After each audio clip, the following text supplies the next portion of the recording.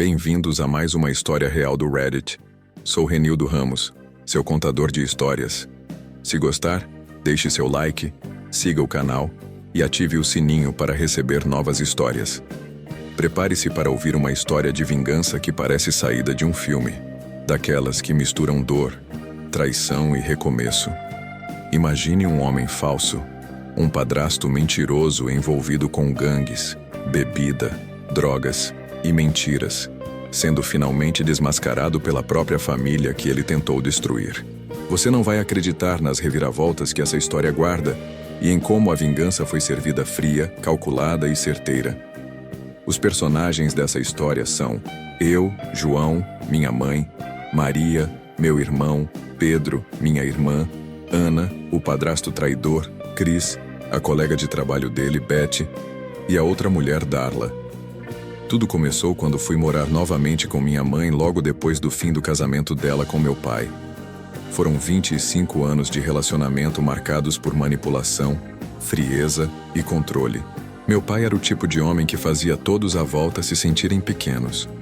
O divórcio foi um alívio, mas deixou minha mãe destruída, emocionalmente cansada, insegura e tentando entender quem ela era sem ele. Foi nesse momento frágil que Cris apareceu. Minha mãe trabalhava como agente penitenciária numa prisão do condado, e ele, um ex-presidiário preso por dirigir embriagado, acabou cruzando o caminho dela. Ele se mostrava gentil, arrependido e com um discurso convincente de homem que aprendeu com os erros. Hoje vejo que era tudo encenação. Mesmo assim, na época, ela acreditou que merecia uma segunda chance no amor. Eu também quis acreditar. Achei que depois de tanto sofrimento, ela finalmente estava sorrindo de novo. E isso era tudo o que importava. Logo, Cris se mudou para a nossa casa. Eu, Pedro e Ana fomos morar juntos com eles. No começo, o clima era agradável. Cris fazia questão de ajudar, cozinhava de vez em quando, consertava coisas pela casa e tentava parecer um bom padrasto. Ele e eu até jogávamos videogame juntos, o que criava uma falsa sensação de amizade. Pedro, sempre mais reservado, observava tudo de longe. Já Ana nunca engoliu aquele homem. Ela dizia que ele tinha um olhar que não inspirava confiança, e como sempre, ela estava certa. Durante um tempo, as coisas até pareceram normais. Fizemos passeios em família, fomos a um parque estadual e rimos juntos como se estivéssemos tentando colar os pedaços de uma vida quebrada. Lembro de uma noite em especial, quando Cris sugeriu jogarmos um jogo de tabuleiro. Rimos tanto que, por um momento, achei que ele talvez fosse um cara bom, mas essa ilusão não durou muito. Em 2017, tudo começou a desmoronar. Cris precisava comparecer ao tribunal por conta do processo de direção sob efeito de álcool. Certa manhã, ele saiu dizendo que ia resolver umas pendências legais e simplesmente desapareceu. Horas depois, recebemos uma ligação. Ele havia sido preso no Texas pelo FBI. Descobrimos que sua família estava envolvida com gangues e tráfico de drogas, e ele acabou detido junto com eles. A notícia caiu como uma bomba em casa. Minha mãe chorava sem parar, se culpando por não ter percebido quem ele era de verdade. Mesmo assim, ela não desistiu dele. Passou meses trocando cartas e ligações com Cris, acreditando que ele mudaria. Chegou até a sonhar com o dia em que ele seria libertado e os dois poderiam se casar. Quando Cris finalmente saiu da prisão, tentou retomar a vida como se nada tivesse acontecido. Voltou ao antigo emprego como gerente de uma lanchonete, mas o homem que voltou não era o mesmo. Ou talvez fosse o verdadeiro Cris, sem máscaras. Ele começou a beber com mais frequência. Chegava em casa fedendo a álcool e sempre com a mesma desculpa. Tive um dia difícil no trabalho. Com o tempo, o ambiente ficou pesado. As brigas começaram a se tornar rotina. Pedro e Ana passaram a evitar a casa, e eu mesmo arrumava desculpas para não estar lá. Cris se tornava cada vez mais grosseiro, falando palavras duras e humilhando minha mãe. Ela ainda tentava justificar dizendo que ele estava estressado e que iria melhorar, mas nunca melhorava. Uma noite completamente bêbado, ele gritou tanto com ela que parecia outro homem. Foi nesse dia que percebi que o amor da minha mãe estava a matando por dentro. Depois de anos de paciência, Ela finalmente tomou coragem. Uma noite, Chris chegou cambaleando e ela o expulsou. Disse que não aguentava mais viver com um bêbado agressivo. No dia seguinte, fomos ajudar a juntar as coisas dele. Mas antes que terminássemos, alguém bateu à porta. Era Beth, colega de trabalho de Chris e minha antiga colega da escola.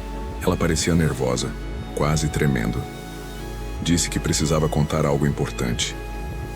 Digite nos comentários de onde você ouve esta história. E se quiser que eu conte sua história aqui no canal, entre em contato pelo link na descrição. Será um prazer.